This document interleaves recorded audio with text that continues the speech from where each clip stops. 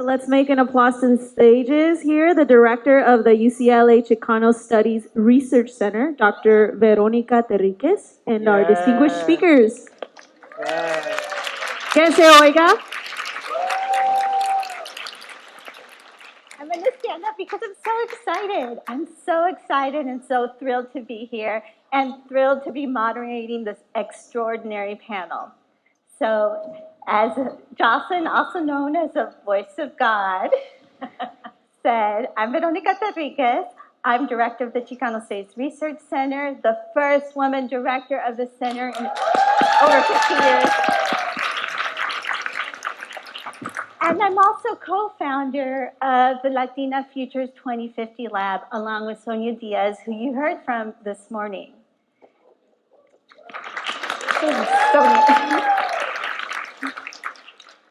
So at the Latina Futures 2050 Lab, we envision a future where Latinas lead and everyone thrives. And we want to achieve equity and inclusion for Latinas by the year 2050 through the research, through the advocacy, through the leadership programs and community engagement. And you are all part of this vision.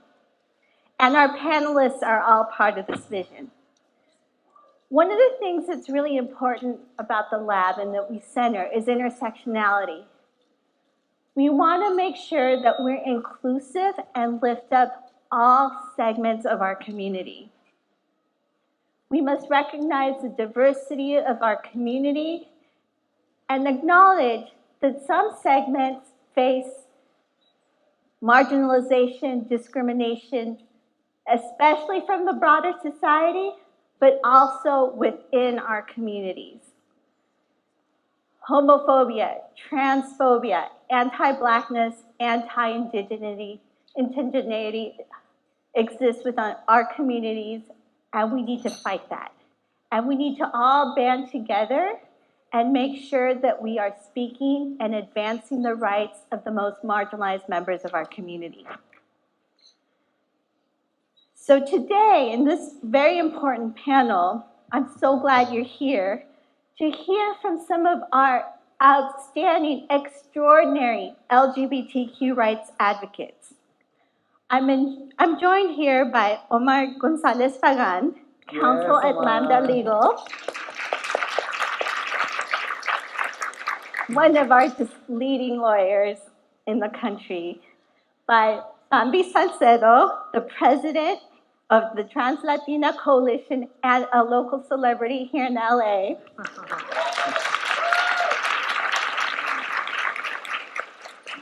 Mony Ruiz-Velasco, Deputy Director of Equality Illinois, who is one of our extraordinary champions for LGBTQ rights and really knows how to link immigrant rights and LGBTQ rights and racial justice in her work.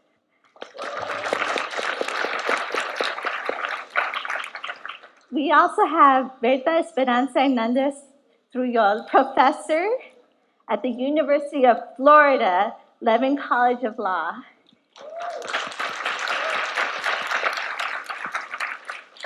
And Berta has really advanced a human rights perspective to our work, more broadly here in the United States and internationally, and we owe so much to her and her dedicated years of teaching and advocacy and her work. And then, last but not least, we have Alejandra Carabello, who is an instructor at the Cyber Law Clinic at the Harvard Law School, and who's really doing some of the most cutting-edge work in the field. So, big round of applause. You can learn more about these extraordinary leaders in your program. So we're here today in 2024 after a historically devastating year for LGBTQ plus communities. According to the ACLU, there were over 500 anti-LGBTQ bills that were introduced in state legislatures across the United States just in that year. There has been no year like 2023. The bills often focus on healthcare, on education. There was a huge push to prevent access to gender-affirming healthcare for transgender young people. There was a push to regulate curriculum and ban books that featured LGBTQ folks, people of color, who really spoke books that spoke the truth. Our communities were demonized. Communities of color, non-binary individuals, trans individuals, LGBTQ individuals. Not all of the bills passed because we are fighting them. But there was one huge case last year, a Supreme Court case, known as a 303 Creative LLC versus Ellis, and it opened the door for quote-unquote free speech to be used as a pretext for businesses to discriminate against LGBTQ people, but it could be expanded to discriminate against all of us. I should be remiss not to mention that there was an extraordinary rise in anti-LGBTQ, anti-binary, anti-trans hate speech on social media. So the human rights of LGBTQ and non-binary individuals have been violated extensively in the United States. We've gone back years and years. And we also must recognize that this is occurring in some parts of the country more than others. And I'm so glad that we have a panel here that represents different parts of the United States. Now, while all this backlash has been occurring, I have a sense of hope. So there are record numbers of young people coming out as queer and trans in the United States. And they're doing so also in our own Latinx communities. I did a survey, I'm a sociologist, did a survey that closed like 2 weeks ago out in the Inland Empire, and nearly 20% of the Latino youth came out as LGBTQ.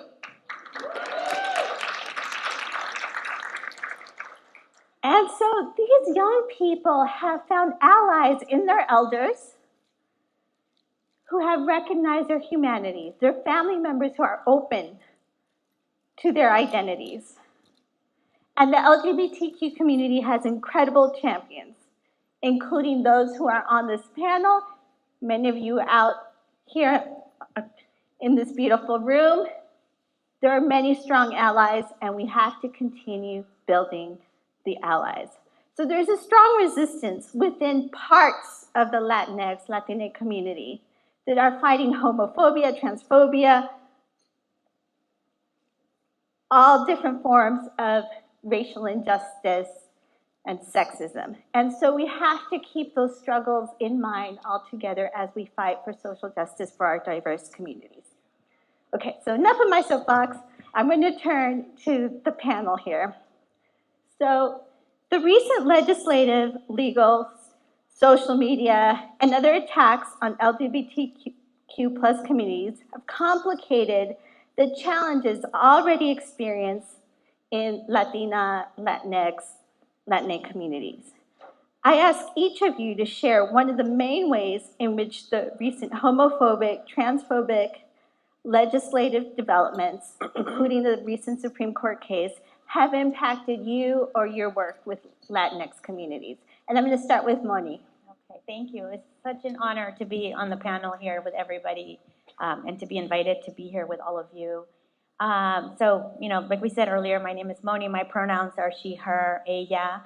And I have the privilege to work at Equality Illinois. So we're based in Illinois, which is a good, safe state for us, where we have rights, where we've been able to advance legislation in many meaningful ways.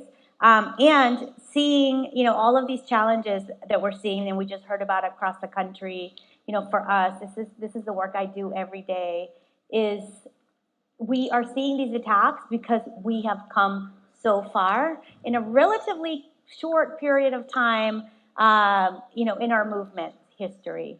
But I think we are seeing these attacks because we are winning. And when people are winning and advancing, then there's some, retribution that comes from that. So, seeing all of these attacks, we have redoubled our efforts to have not only a defensive agenda, but a proactive agenda Because if we are not actively building power, we are losing power.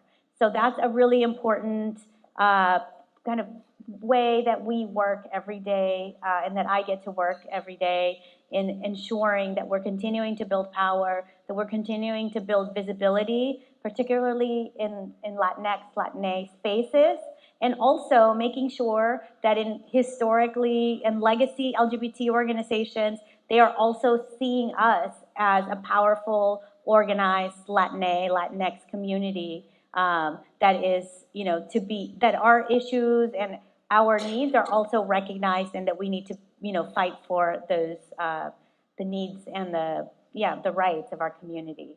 So I think it's both, we worry about what's happened, but it has to redouble our efforts to continue to have a proactive agenda and to gain more equality, because we still have a long way to go, even in states where we've achieved already protections. And not forget about everybody else around us, right? So that we're not in a bubble in our own little areas, but that we continue to, and as an example, in Illinois, we've been able to pass laws to protect folks who are coming from other states, from subpoenas, from, just persecution that's happening against LGBT people all around the country, and to make sure that they're protected in Illinois. Thank you. So, Omar. Yeah, so first of all, I want to say thank you for having me here today. I want to acknowledge that I'm the cis male in this panel, gay man from Puerto Rico, but I strong woman that was my mother, single mom, and I've always had female bosses, and all I can say is the world will be better when Latinas are the ones in power. So, at Lambda Legal, what I do is mostly litigation, representing LGBTQ people, both affirmatively seeking to expand the recognition of our rights, but also defensively seeking to protect our rights and the progress that we have achieved in the past. And there's no denying that the last year has been different and has been an onslaught of harm, of endangerment of our youth, of our families, of our communities.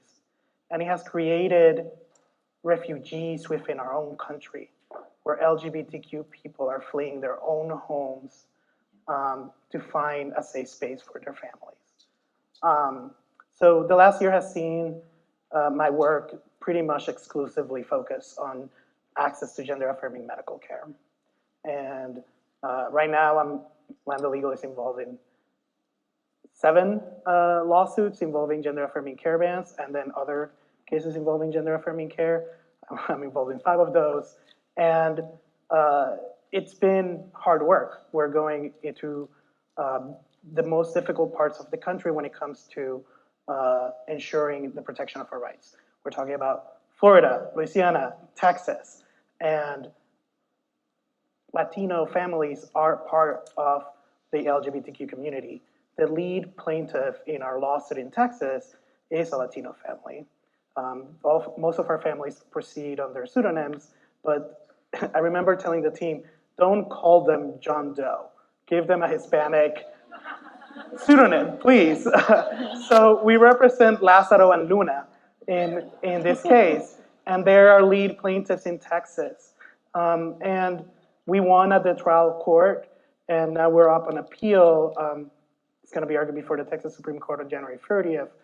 But the intersection of our lives was at play even in their testimony. So Lázaro spoke about how his own experiences of feeling and of seeing the discrimination that both his parents and he experienced because of his Mexican descent informed how he treated and accepted his own transgender daughter, and then why it was so important for him to step up with her as a family, in this case, to stand up for her rights, their rights, and the rights of others. And it can speak about the intersectionality, because the oppressive forces in our country, they just want to oppress anybody who is an other. And to them, we're all others. Thank you, Omar.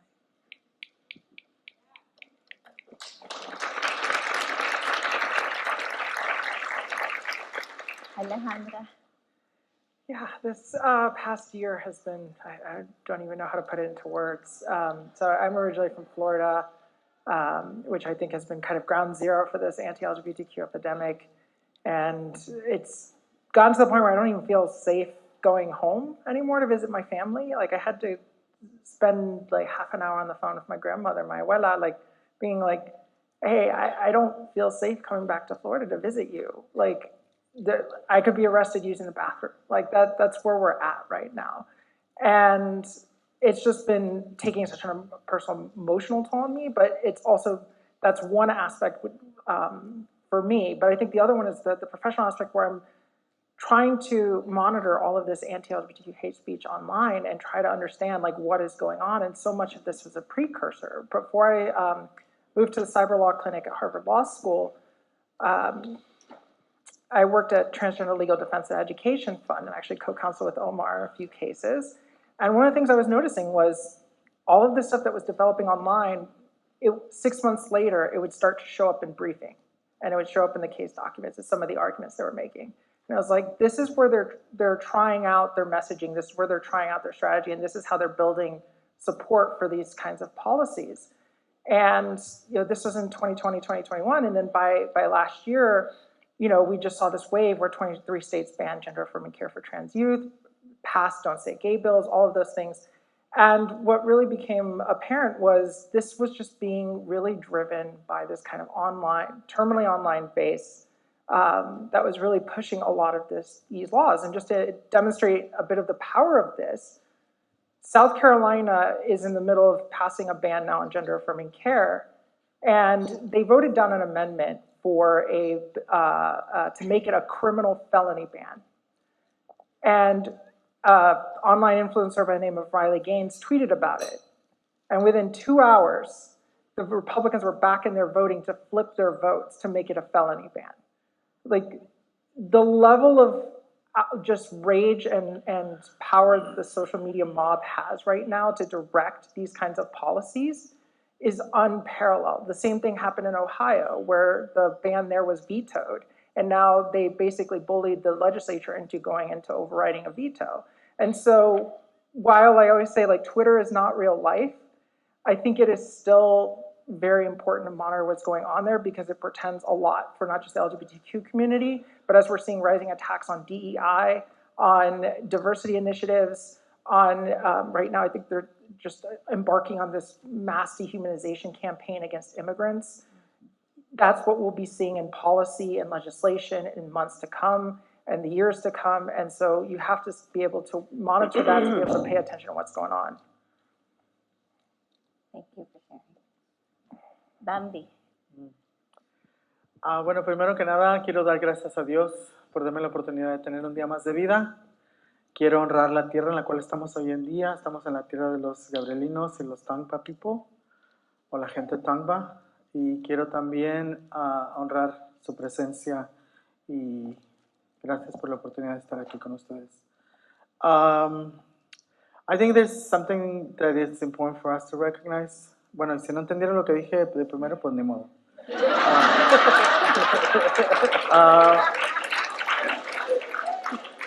I think it's something important to recognize that, the attacks against our communities, right? Like, it has happened historically, right? This is nothing new for any of us.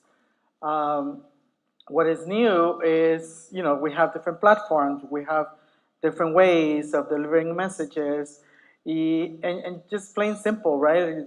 Son unos descarados, right?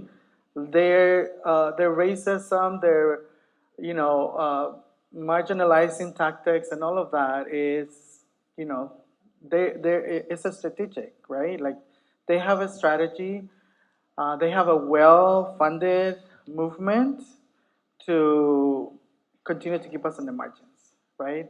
And so the question is for all of us here is, one, do we understand the power that we have as people, as a community, right? And two, are we going to continue for us to be sitting on the sidelines and just pretend that this is not our issue, that we should not be involved, that we should not be, like it's not impacting us, right? I think, many of us also become marginalizers and oppressors, right? We get to a better place and we forget. We forget where we come from. We forget that we are part of the people, right? And so we don't do nothing. We don't, we don't organize. We don't participate. We don't do what needs to be done. It really is up to us to flip everything that is going on. They're not smarter than we are. They're not. Lo que son unos descarados, right? And so, it's true. And so, we can also strategize, we can also organize, we can also, litigate, we can also do everything, right? It's just a matter of, do we want to, right? And so I guess I'll just leave it there for now.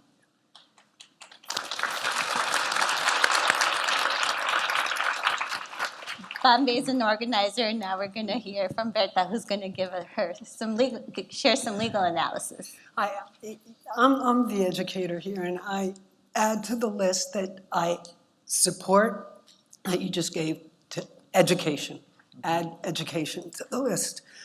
But I don't want to be remiss in not thanking all the organizers and anybody who had anything to do with this. This is a beautiful site. From here, it's even more beautiful than from the sidelines. So thank you for including me. Now, to me, law is about justice and dignity. And I teach constitutional law, and the 303 Elenis case is just really hard to explain because it's really a non-case. This is about a Christian business owner who, because of her religious beliefs, did not want to serve the LGBT community in contravention of Colorado's non-discrimination law. What is stunning to me about the case is that it was a preemptive case. There was no business that existed. There was no client that sought the services of the business. And Colorado had not in any way, shape, or form said it was going to enforce the law against 303. But the Alliance Defending Freedom, the organization for which the current Speaker of the House worked,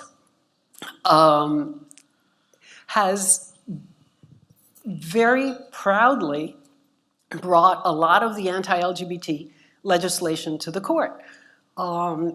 After Masterpiece, they saw the weakness. If you pit religion against LGBT, who are we going to go for? So 303 is a sad but poignant example of the lengths to which the world has now gone, the legal world, to undermine LGBT individuals' legal protections against discrimination. But it mostly exemplifies the court's approach to perpetuating or reinstating hierarchies embedded in the status quo, the normative, and therefore it's a roadblock to justice. So since I am from Florida, I live in Florida, I've been there for a long time, Alejandra referred to some of Florida's laws, and I call it a trifecta. We have the Don't Say Gay law, which really should be a Don't Say Anything law, because this is what it prohibits: discussions about sexual orientation and gender identity. Anybody in this room not have a sexual orientation? I want to see hands, because then I'll shut up. No, huh? Okay, let's go to the other one. Anybody here not have a gender identity? So it silences all of us. But relying on the status quo and the notion of normativity, what is happening is that it's really a modern-day dog whistle and is being read as only limiting discussions about LGBT. And so I say, if Jack can have a picture of Jill on his desk, and he's a grammar school teacher, then Jack should be able to have a picture of Bill on his desk.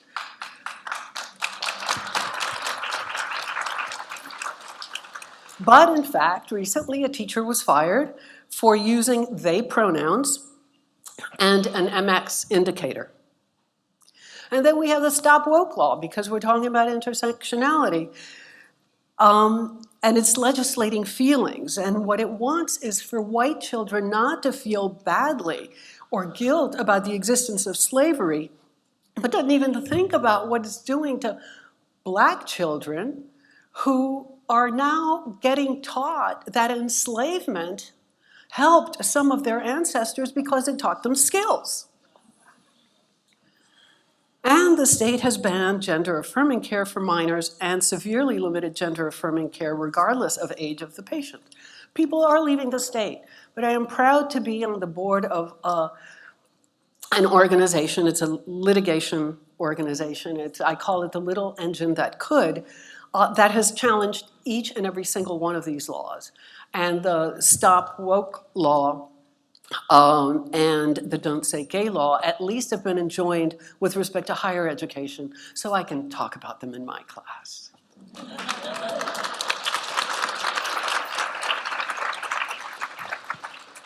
So the next question is for Omar, but other people can quickly chime in. So this year is an election year. And so how might changes in the presidential administration affect the protections or lack thereof? What should legal practitioners and scholars pay attention to and mobilize around during these critical times? All right, so we're going to try to be brief on this question. So first of all, voting matters. That's just the reality. That's our fundamental, foundational right from which everything else flows. And so, I mean, it doesn't take a rocket science to tell you that Trump and Biden are different administrations. Judicial appointments. That matters. 303 Creative wouldn't be decided the way it was had the court not been changed by the Trump administration for the appointment of Neil Gorsuch, Brett Kavanaugh, and Amy Coney Barrett. In fact, we would still have a right to abortion. And we would not be deciding whether gun regulations, sensible gun regulations, would be allowed unless they existed back in the 1700s or the 1800s, as the court now wants us to do. Because apparently, judges are historians. And so, you know, it matters on the day-to-day of people, too. I'm going to speak of two specific examples of cases that we did, in fact, with Bamby and the TransLatin Coalition, to show the difference between administrations and why it matters. The Affordable Care Act is the greatest civil rights victory since the Civil Rights Act, period. And that since the enactment of the Affordable Care Act, health plans across the country have stopped, many of them, discriminating and excluding health care for LGBTQ people simply because that law prohibits discrimination on the basis of sex. And there was guidance from the Obama administration to that effect. Comes the Trump administration, and they propose a rule in 2020 that eviscerates all of that. But not only that, it also eviscerates protections for people with limited English proficiency. And it was important for us when we were challenging this rule that we realized that we couldn't leave behind one community versus another. And so it was important to take an intersectional lens to the work that we were doing, and in partnership with the TransLatin Coalition and Women Walker Clinic and the LA LGBT Center, we were able to, among other organizations, we were able to put a stop to aspects of this law in the courts from ever taking effect. And now that law is being rescinded, that regulation is being rescinded by the Biden administration, although I'm still waiting on that final rule. Similarly, the Trump administration issued a rule that many people may have heard of, which would have put, it was the death to asylum rule. And by the way, I'm not speaking here from a partisan capacity, I'm just telling you substantively, administrations are different.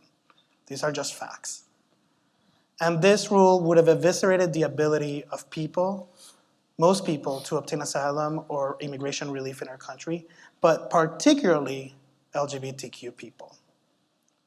And so again, with the TransLatin Coalition, with Oasis Legal Services here in California, with Immigration Equality, and the Black LGBTQ Migrants Project, we brought a lawsuit that, through an intersectional lens, speaking of the experiences of Latina, Hispanic immigrants, LGBTQ immigrants, and Black LGBTQ immigrants, how they would be without immigration relief to which they're entitled to under the law under this rule. And that rule never took effect, the entirety of it. To be sure, I'm not saying that the Biden administration has been perfect on immigration, but that rule would have eviscerated the ability to get immigration relief. And in one of the last acts of the Trump administration, there was the fact that he issued an executive order that would have prevented federal contractors and grantees, all colleges, all universities, all healthcare clinics, from discussing divisive concepts such as race equity, gender identity, and the like. And we sued over that, and on First Amendment grounds, got that executive order thrown out, and set a good precedent that is really, that executive order is the foundation for many of the anti-CRT laws and anti-DEI laws that you're seeing states do now. But also that win was also a foundation for some of the injunctions that are now in place, particularly in places of higher education, to put a stop to those state laws that are seeking to recreate that attempt at, frankly, preventing us from talking the truth. And so I just think it would be a fallacy for us to pretend that administrations don't matter on the day-to-day lives of people. They do. They do on their access to healthcare. They do on their ability to get immigration relief. They do on their ability to even hear and see themselves, hear about themselves and see themselves in their government, in their schools, anywhere. And so I think it matters, and we need to decide what we're gonna do about it. Second part of the question, which is what can we do? And so I really do think, and I loved the plenary earlier this morning, the key to all of this is democratic reform. And Lambda Legal has, along with other institutions, come out, LGBTQ national groups, come out and said, from an institutional perspective, 4 things.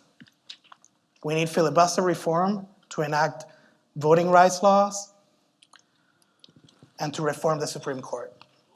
We need to expand the Supreme Court. We need to enact the John Lewis Voting Rights Act.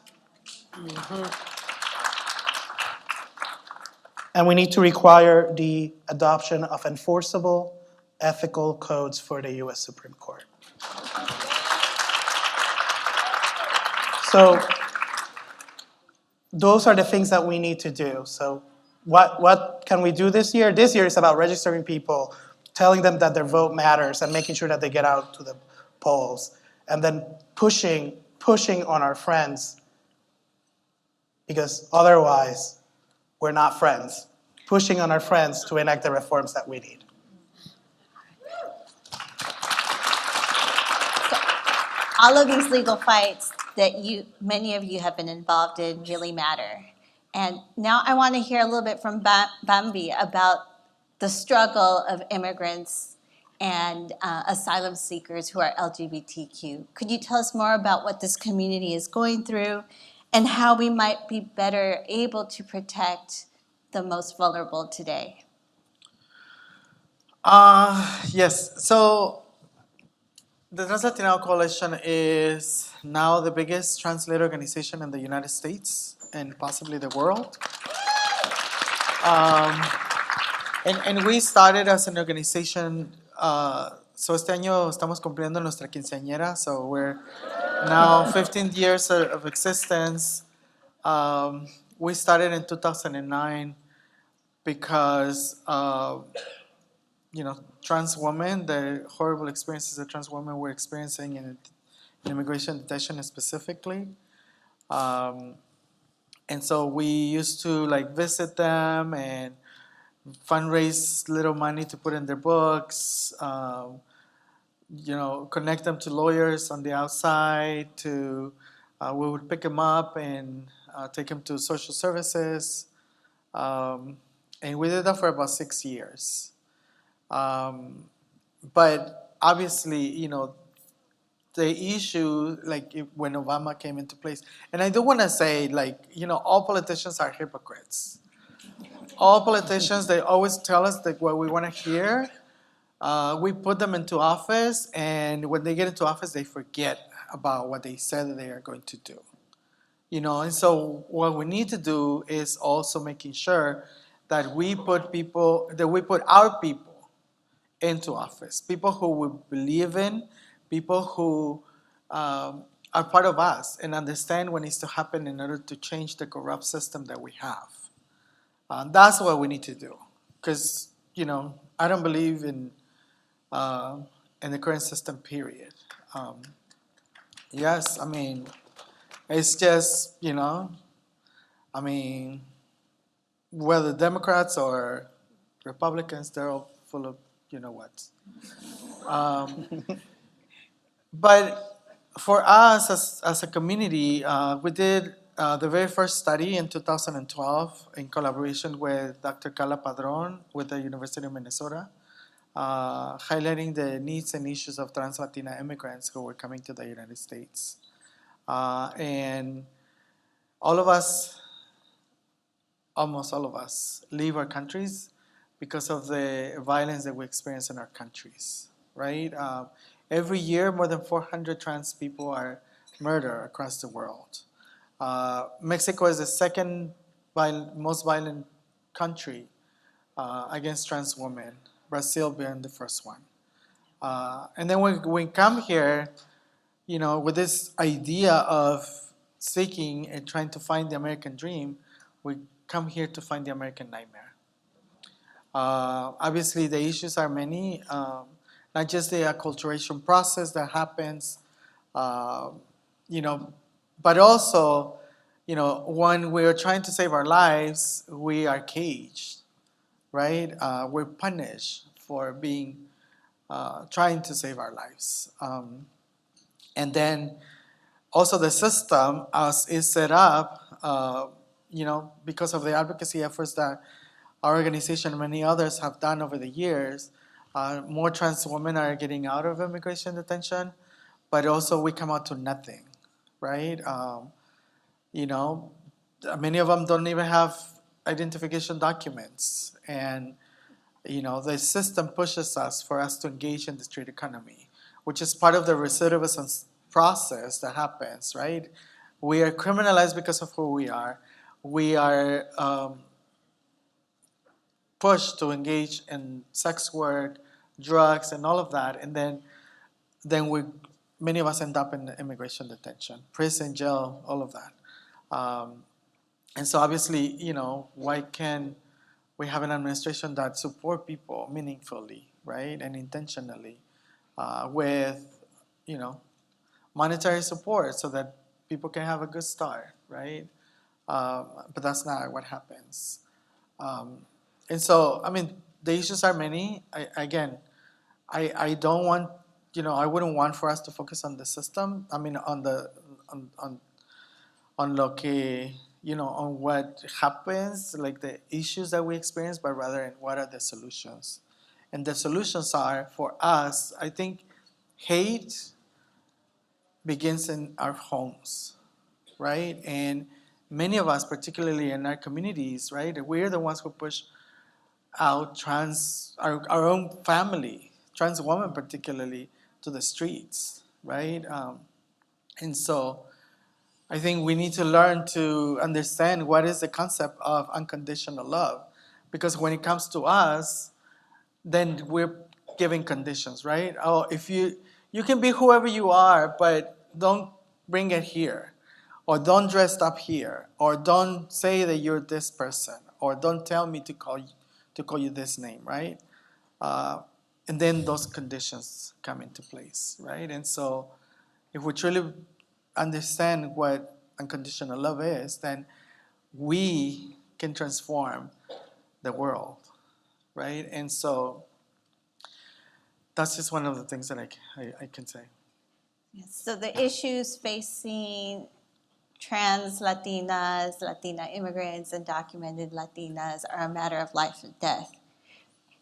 And in addition to that, the hate speech that we've been seeing is becoming a matter of life and death for many members of our community.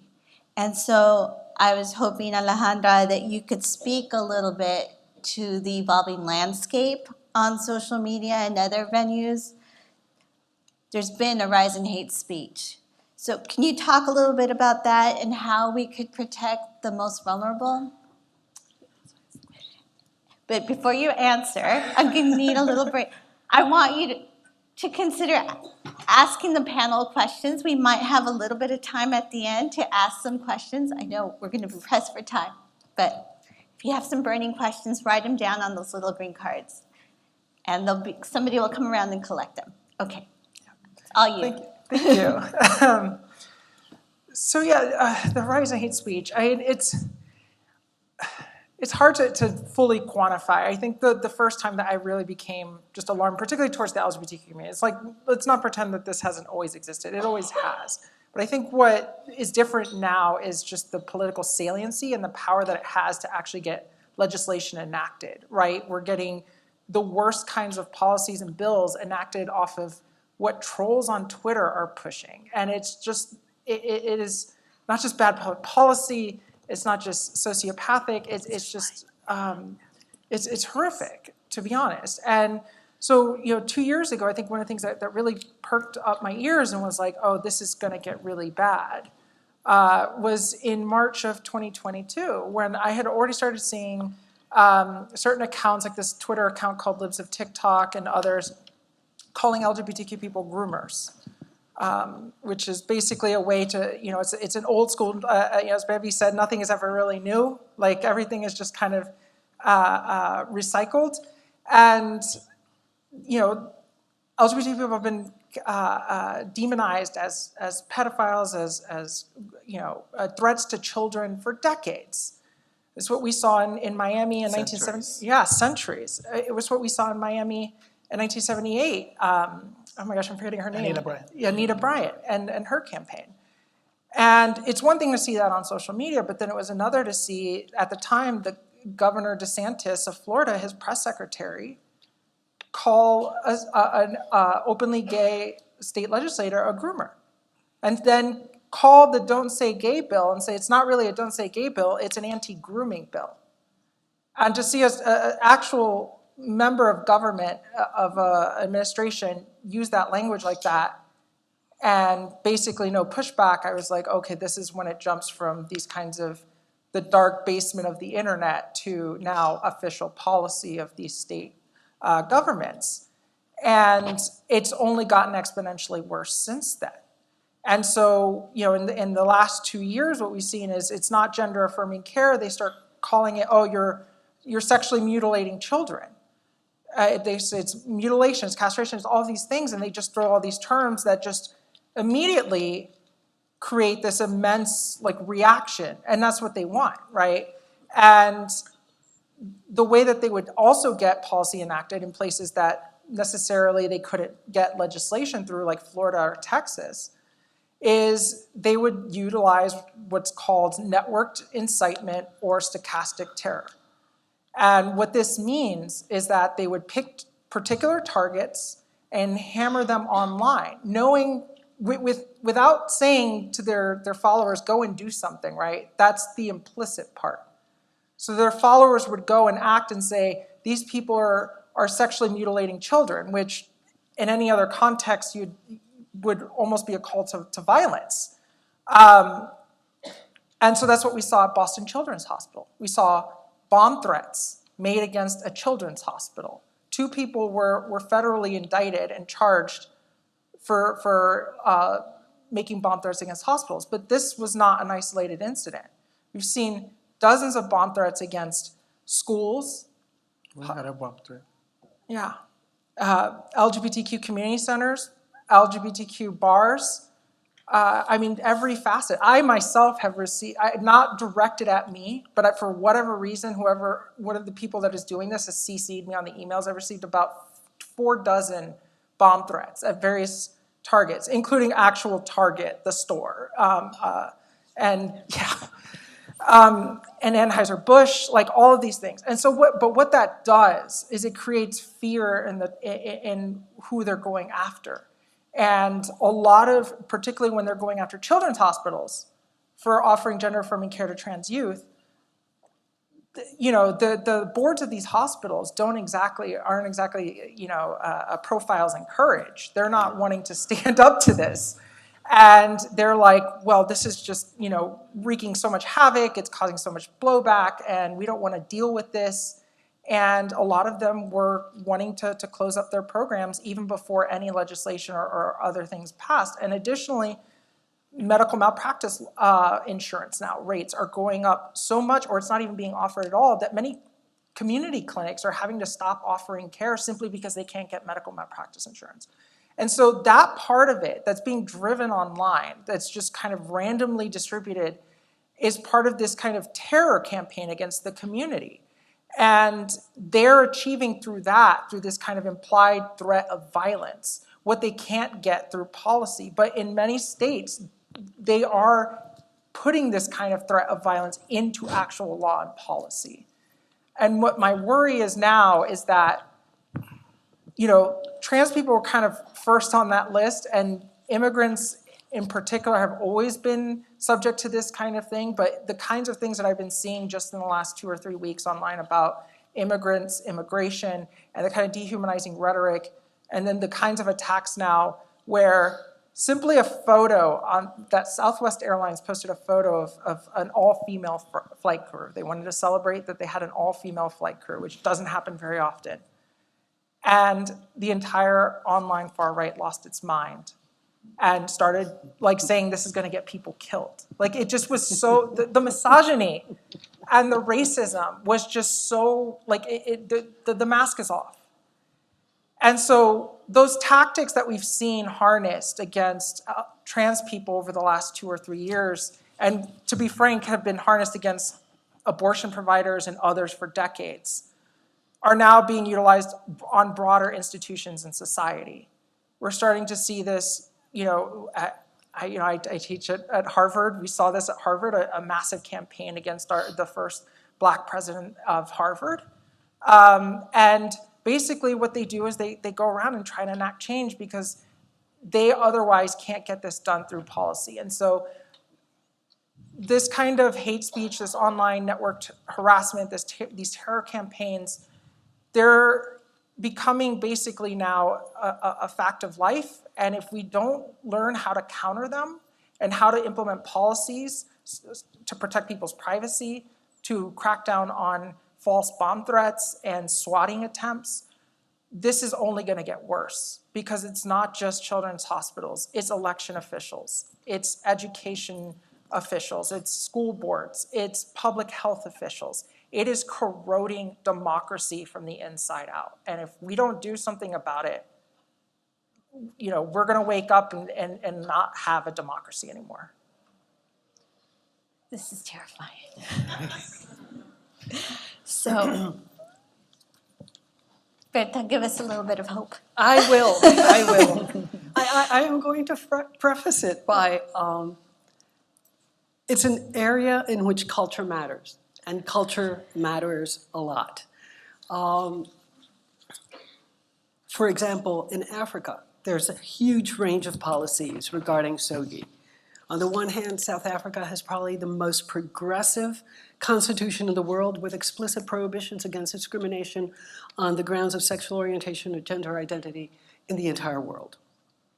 On the other hand, some African states impose the death penalty for being gay. And now they're also imposing penalties on people who know that someone is gay but don't tell. Closer to home, there's reason to be hopeful. In contrast with what's going on in our country, the Inter-American human rights system, I also teach international human rights, of which the United States is a member, is evolving and has evolved to reflect very progressive, very inclusive, very pro-LGBT policies. In 2017, the Inter-American Court of Human Rights issued an advisory opinion on gender identity, equality, and non-discrimination of same-sex couples. Costa Rica went to the court and said, look, laws in this place are all over the place. Tell us what is and what isn't. The court decided that discrimination against someone on the basis of sexual orientation or gender identity violates Article 1 of the Inter-American Convention on Human Rights, and thus is a violation of law. So any state that has laws that discriminate is violating the convention. But it went beyond that.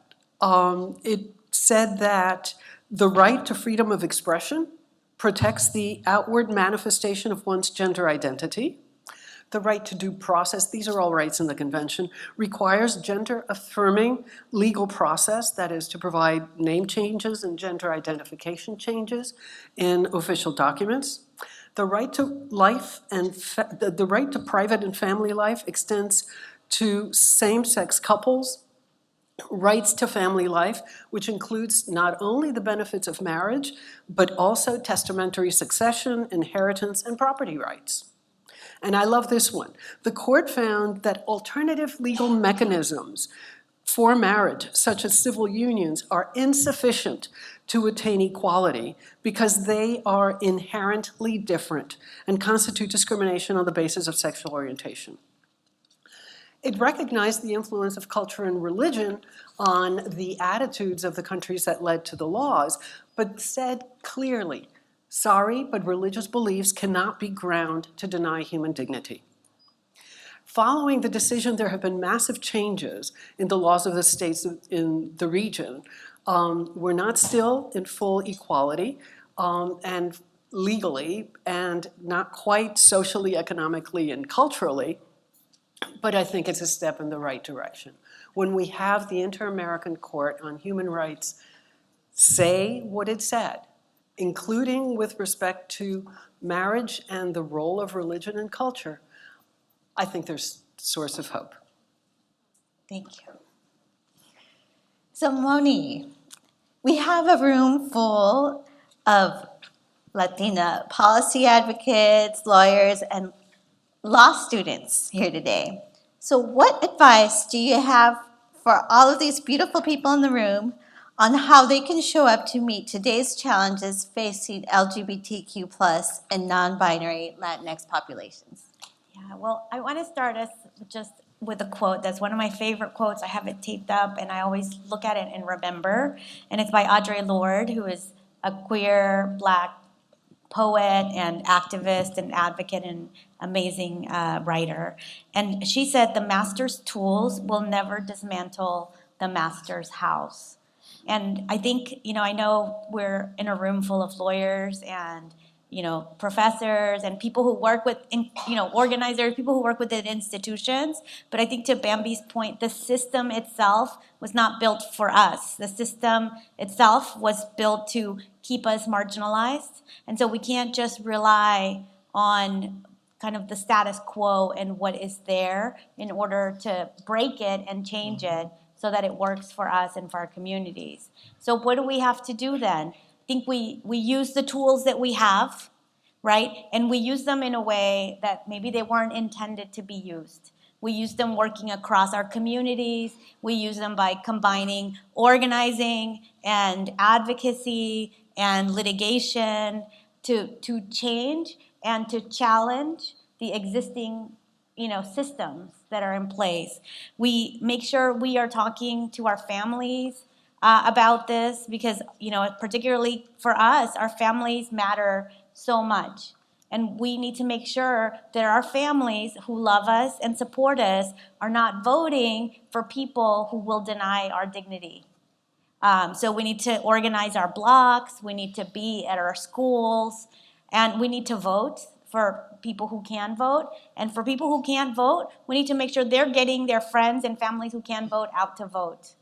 And then we need to hold those elected officials accountable, right? We can't just keep giving them a pass. We need to make sure that they are accountable to our communities, and we need to make sure we're centering the voices of the people who are most impacted, and that even when it makes us uncomfortable, that we are making sure that we're following their lead.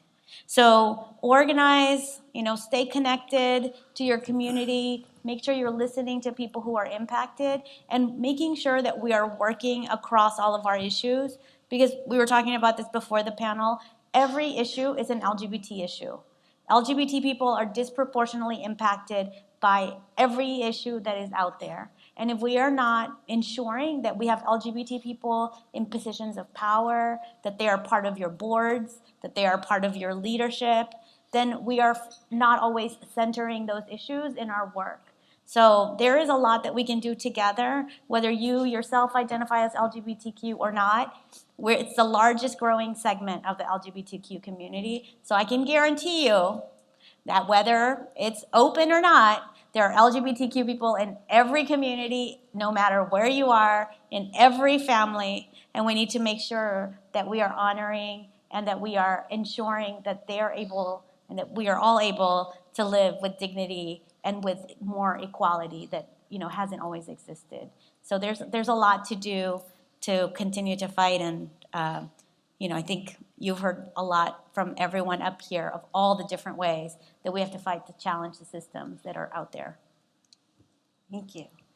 I know, Bamby, you had something burning. I'll be quick because I know that we want to make sure that we have questions from people, but I do want to say that, we need to learn to be visionaries, right? What is the vision that we have for our people? And I think it's important for us to recognize and understand, and some of you already know this, but there's going to be the 250th anniversary of the Constitution, right? And so what is that going to be for us, right? Do we want to continue to live, for our people to live the next 250 years the same way that we have? I think we need to do something about it. I think we need to organize. We need to fuck shit up. Well, I mean, I'm sorry, si no les gusta, pues ni modo. Pero, I mean, es la verdad, it's the truth. Like, we can't just, pretend that what is happening is not happening, because it is happening, and we can pretend all we want, but I think if we continue to do that, we're just being hypocrites. And so I want to invite you to really be visionary and understand that we can, that we are able. The question is, are we willing? Thank you. So we have a wonderful question. It's the last question I'm going to ask, and it's from an audience member, and I love it. So the question is, if you could codify into any law or create the law of your dreams to bring true equality and tolerance and acceptance, what would that law be? And talk about being visionaries. If you could bring any law into being, what would it be? So I'm going to start, if it's okay, by saying that the laws are not the things that protect us. And I know that's super counterintuitive in a panel of lawyers and law students, right? We have to change the culture, and we have to change our society, and then the laws can be there as a backup to support the change we want to see. I'm a lawyer, I've practiced law for many, many years, but it's not the laws that actually need to change, although those will change, and sometimes changing the law is what builds the social movement. Social movements build to change laws, but I just want to point that out because I think, sometimes, especially as young lawyers or when we're in law school, we kind of cherish these institutions like the Constitution, which wasn't written for us, like the laws. But so I love the question because I think it helps us remember that we need to build community, we need to build relationships with each other so that we can see truly the society and live in the society that we want to live in. So, thank you. I think I'd second that and kind of challenge the question a bit because I think it imagines a world that like a perfect law exists and one that could just change everything and make everything better. And I think for me, one of the things I always tell my students is, the law is just a bunch of lines on paper. It doesn't mean anything until people put it into practice. And so what really matters are the people behind it and how we enforce and act on these laws. And so I think ultimately the harder thing is not necessarily getting laws in place, but getting the social institutions and the culture to get to a point where we can enact the change that we need to. Because, I think a good example is we had Brown v. Board of Education in 1954, but segregation was de facto still around for over a decade later. The law, again, is just only what people actually put into practice and force. And so I think that's one of the things to do, because I think as someone who did impact litigation and I'm friends with a lot of people like Omar who do impact litigation, I don't think lawyers are going to save the world. I really don't. I think in a lot of ways the civil rights movement was hollowed out by a focus to only going towards litigation, and we do not have the robust institutions anymore that get out into the streets and get change through popular support. And so I think in that way, like, looking towards the laws as a path to liberation, I think is not the best way. And I just like a really quick thing, because I know I ended my last will part, it seemed a little bit like pessimistic, just a little bit. I'm actually a very optimistic person, and I have a lot of hope, and I do think we will get through this. We will look back on these times, and it will be very, very like, oh my God, how did we do it? But ultimately, I have my faith in people, and that all of these things are problems created by people so they can be solved by people. Mm-hmm. So everything other than death is fixable and solvable. We just have to work for it. So ultimately, we're going to get through all of this. Let's hope we all live to see it. But can I just add, I think, I want to echo what Mony and Alejandra said, but law is a mirror of culture, just like culture is a mirror of law, and they're sort of mutually reflecting back and forth. And, when you look into those mirrors and you can see 100 different of the same image going in both directions, life is not static. What Alejandra is talking about is something that didn't exist X number of years ago, and it's not that long ago. So what we need to do is figure out how to adjust culturally with coalitions to the problems that are being caused by developments in some aspects of society that are not promoting justice culture, if you will. So I think it's an ongoing process, and there can be no static law that will serve us in 5 years.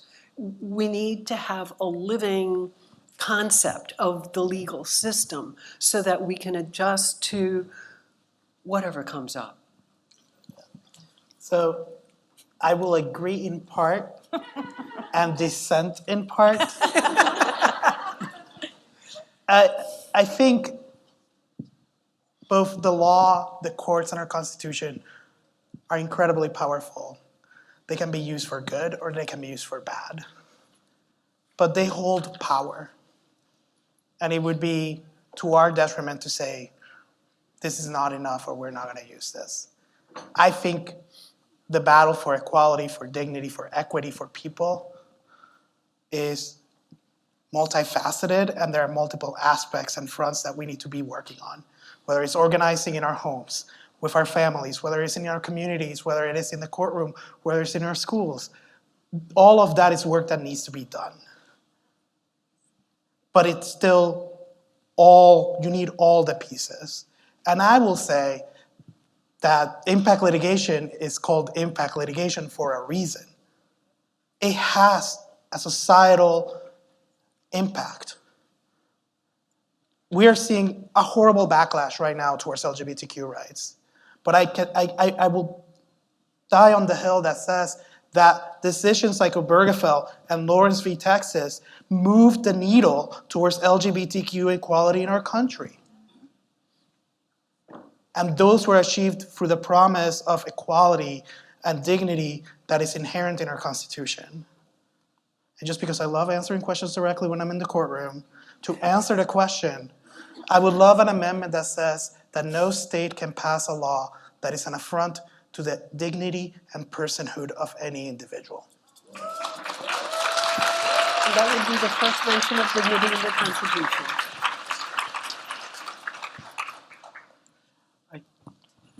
Well,